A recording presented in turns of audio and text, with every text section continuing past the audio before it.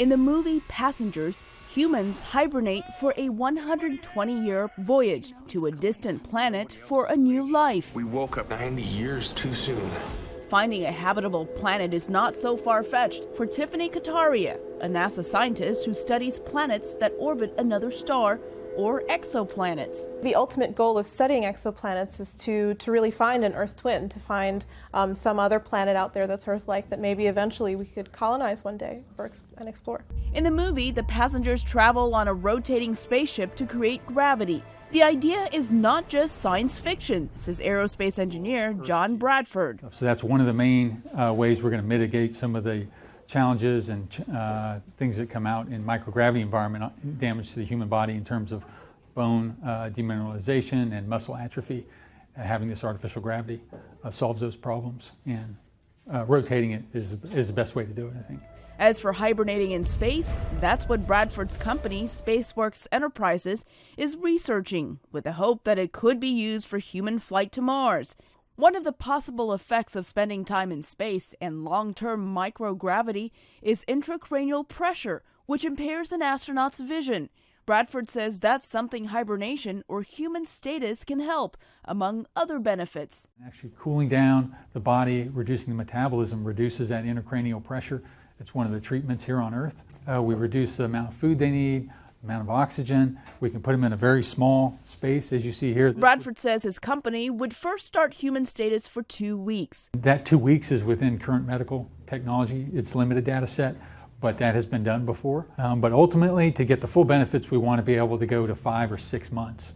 And that will take years, maybe 15 years or so, 20 years to really fully understand all the impacts on the crew. But for the shorter stay and the shorter duration, these 2-week cycles, we're optimistic we could be ready to support the first missions to Mars. So we just got to convince NASA.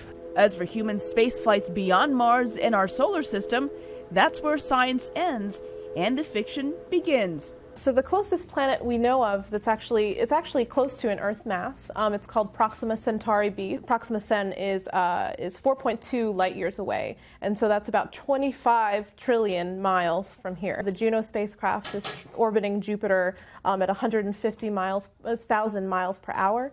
And so relative to Jupiter, but if we think about that same spacecraft getting maybe a gravity assist and going to Proxima Centauri b, that would take, at that same speed, tens of thousands of years. So really, the technology still needs to make that leap, I think, to be able to achieve light speed travel or close to light speed travel. It may take years of technology to catch up to the imagination, but audiences can still experience the excitement of space travel by going to movie theaters.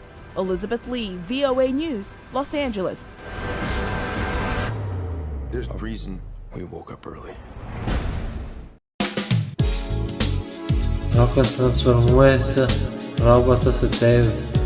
Rocket transformuojasi, robotas ateivis. Rocket transformuojasi, robotas ateivis.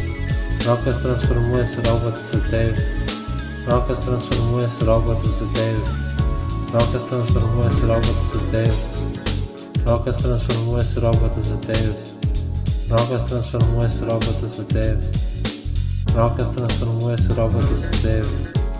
Rocket transformuojasi, robotas ateivis. Rocket transformuojasi, robotas ateivis. Rocket transformuojasi, robotas ateivis. Rocket transformuojasi, robotas ateivis. Rocket transformuojasi, robotas ateivis. Rocket transformuojasi, robotas ateivis. Rocket transformuojasi, robotas ateivis.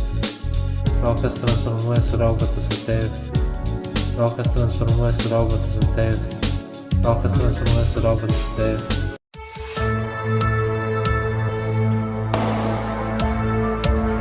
Preview.